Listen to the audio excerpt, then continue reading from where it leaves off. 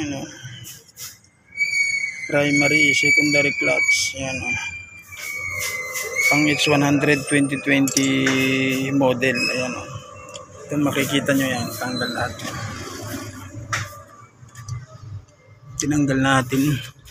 Kasi hindi po matanggal dito sa pagdudukusin kasi yung tubo niya buo. Kasama yung tubo, yung tubo nito. Kasama to sa pagbunot. Tapos itong secondary, tinanggal naman natin dito sa ilalim. Yan po, medyo madugo lang po ang pagpalit nito, lalo kapag nagpalit ho kayo ng brake master. Ayan, tanggal din ito yung pinakang brake master, tanggal din ng kanyang dashboard. Ayan. So dito po nakakabit yung kanyang primary clutch. So doon sa ilalim na yun, yung tubo kasi niya hindi matatanggal to kasi nakadikit to sa pinakang bakal, sa pinakang bracket. Kaya ang ginawa ko dito mga lodi is tinanggal ko na lang, tinanggal ko siya ng buo, pati dashboard tinanggal ko. Ayan, ayan yung kanyang dashboard sa bubong. Ayan dito siya nakakabit mga lodi. Yan, napaka sikip tanggalin mga lodi. Kaya tinanggal din natin yung kanyang dashboard kaya, kasi hindi natin maluluwagan yung kanyang ayan. Ito po ay H100. Ayan. So madudukot natin siya dito sa likod. Puli ko lang yung dashboard. So ito na yung kanyang pyesa.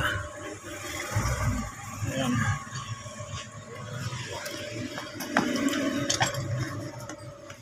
Ito ikakabit natin, tapos ililipat natin yung kanyang tubo mga lodi. Ayan. Ito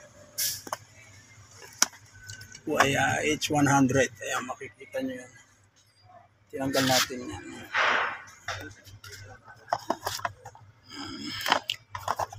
Tingnan natin. Ayan mga idol, ito yung ikakabit na natin. Ito yung kanyang secondary.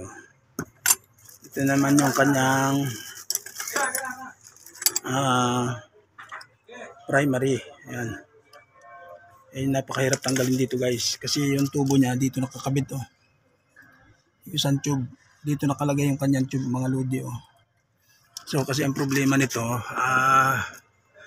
nag-i-stack up yung pedal, ayaw tumulak pag tumatagal, pag umiinit na guys. Pero yung pressure plate niya, clutch lining nagawa na rin itong mga lodi. Ayan. Ang problema nito, tumitigas siya at hanggang sa hindi na maapakan yung kanyang pedal.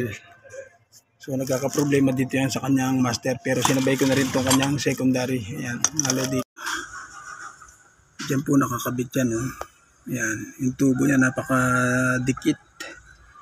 Ayan, tapos yung pangalawang tornilyo dito. Tapos yung tubo niya nandito sa kabila. Ayan, diyan nakapasok yung pangalawang tubo niya sa ilalim.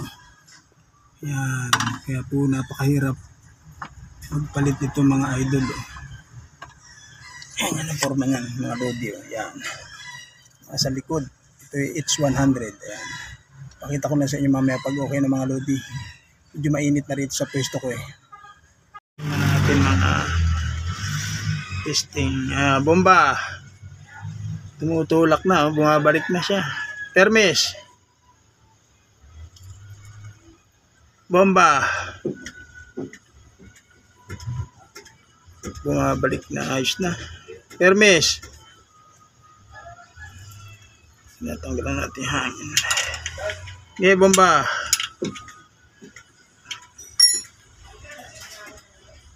Okay, ayan na, binigbled na natin yan, na-bleed na natin mga lodi. Ayan, ayan, okay na mga lodi. Ayan, ganyan lang po ang pagpalit ng clutch master pala ng Hyundai H100 2020 model. Ayan. So ikakabit ko na lang itong kanyang dashboard. Alright, kabit tayo ng kabit na ng dashboard. Pasaway din yung brake master. Ayan, clutch master pala. Ayan po ay nangyari dyan. Right. Ayan po ang nangyari sa pagpalit natin ng clutch master nitong H100. Ayan. Nakita na natin. Ayan, ito yan. Hindi matanggal yung tubo. Ayan. So, ganyan pagpalit. Ayan mga loads, ayan, nakakabit na. Kinokompleto na lang natin ito. Ayan. Ito pa yung natitira natin para lagay sa dashboard. Ayan, alright. Konti na lang po guys.